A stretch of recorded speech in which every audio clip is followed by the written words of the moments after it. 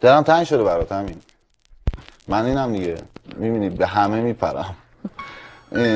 به خاطر همین انتخابم کردی برای داداش بودن دیگه. خب تعبیر بگی درخت خودته.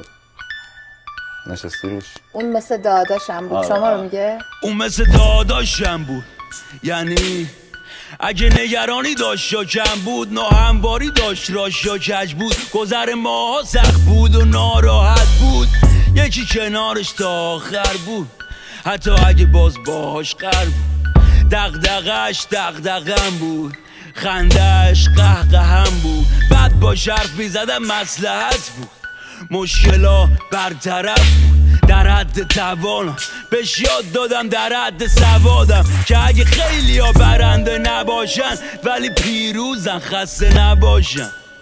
خودش میدونه با کیم، آسمونش اگه ستاره نداشت با چرا قوه بالا سرش بودم، اگه لخت میشدن بالا پرش بودم، که پرواز یادش نره، حفظ بکنه آسمونا مالمان، حتی اگه باشه سلول درش صفر. میدونه با کیم، تخم چشم بود، نشون میدادم کلی نکته بهش.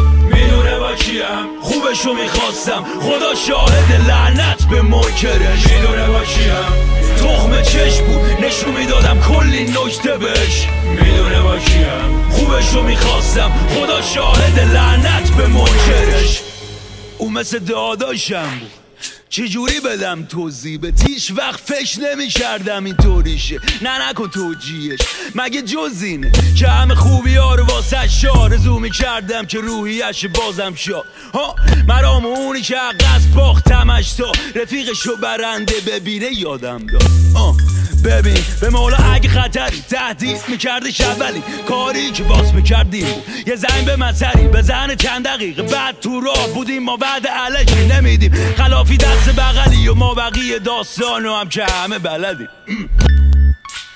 من همون عوض اونایی شدن که نموندم فلوم، این که همیشه حاضر نبودم قبول، ولی باور کن در اون حد نبود.